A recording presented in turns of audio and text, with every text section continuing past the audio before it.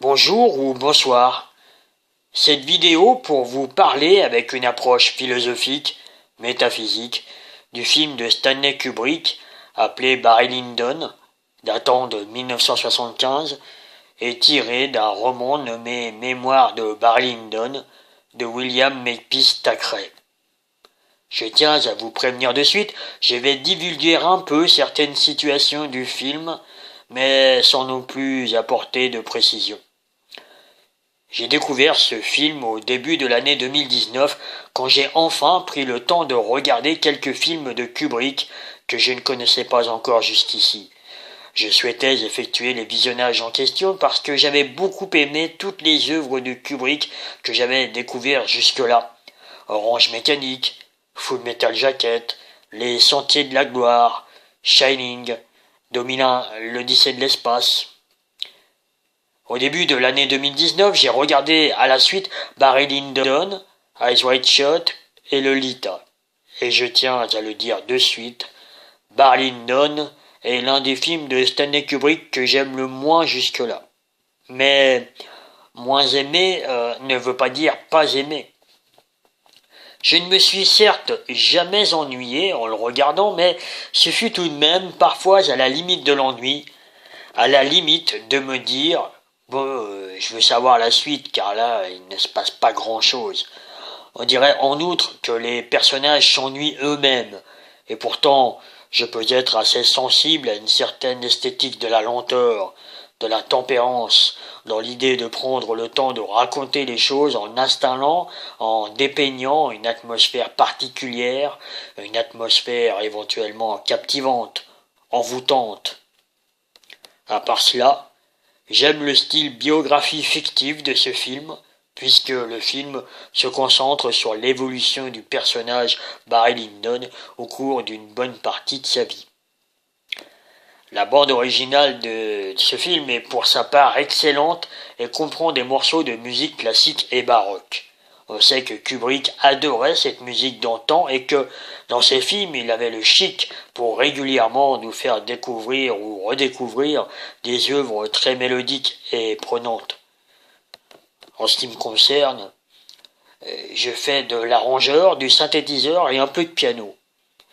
Mes dernières compositions sont en hommage à la musique baroque, et ce que j'apprécie spécialement dans la BO de Barry Lyndon est la présence d'un des thèmes de Barbier de Séville, issu non pas de la version Gioacchino Rossini, la version la plus connue, la version classique, mais de la version Giovanni Paisiello, donc version baroque, thème dont j'ai fait une version personnelle.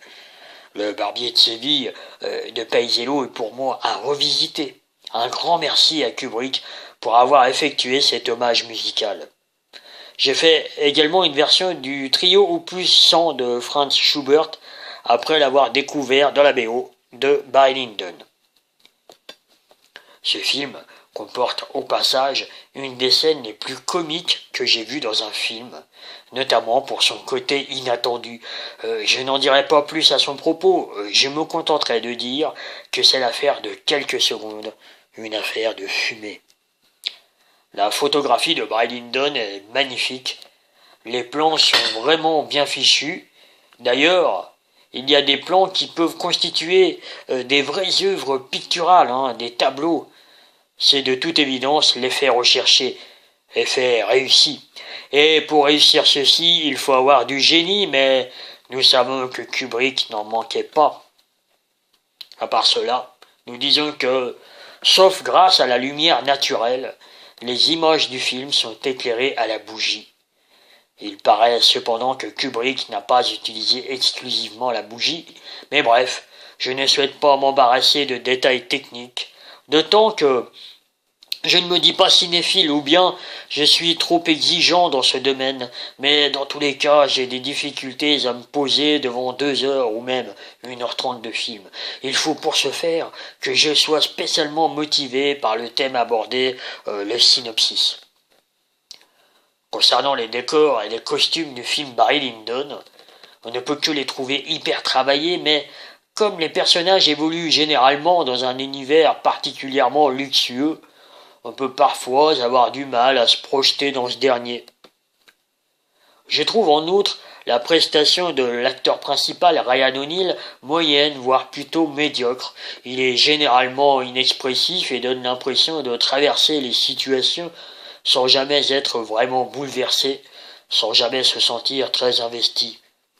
Alors, cela peut être lié au tempérament du personnage, mais on sait pourtant que non, car par exemple, nous voyons bien qu'on veut nous faire comprendre que Lyndon est particulièrement attaché à son fils et qu'il est bon avec lui.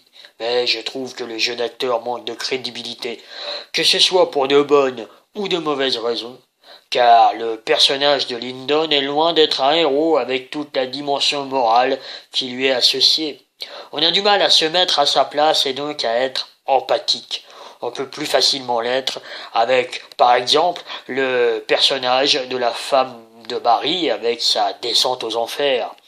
Aussi, Barry est soldat pendant une certaine partie de sa vie, et dans l'histoire en général, non pas l'histoire du film, un lien régulièrement effectué entre le héros et puis le soldat. Donc c'est là que je commence mon approche philosophique. Un soldat peut plus d'une fois chercher à être un héros. Et autrefois, si un homme souhaitait être un héros, alors il pouvait être tenté par la vie militaire. Dans tous les cas, le héros prend tout son sens dans la moralité. Et si la moralité est à son apogée en le héros, cet apogée forme le sublime, selon le philosophe Georges Sorel. Mais ce sublime est mort dans la bourgeoisie, ainsi condamné à ne plus avoir de morale. Deux expressions tirées du livre de Sorel de 1908, appelé Réflexions sur la violence. Et de là, le héros n'a pas le monopole de la vertu, ni donc de la virilité, ces deux notions ont la même racine étymologique. Le bourgeois peut être surnommé, la bourgeoisie peut être surnommée cette aristocratie sans noblesse, c'est-à-dire sans grandeur d'esprit, sans bonté, sans charité. Et selon l'étymologie, le contraire du noble est l'ignoble. Quant au bourgeois, il snobe, il fait du snobisme, ce qui signifie qu'il se cantonne à être une pâle imitation des nobles. Barry Lyndon sera soldat, puis ce représentant d'une noblesse en perte de repères moraux, car l'histoire se déroule au XVIIIe siècle, et nous avons affaire à une noblesse de robe qui doit sa survie à son alliance avec la grande bourgeoisie, la noblesse d'épée étant morte et enterrée depuis longtemps. Le début de sa fin peut être symbolisé par le célèbre ouvrage d'Alexandre Dumas, Les Trois Mousquetaires. Je reviens au jeu d'acteur de Ryan O'Neal.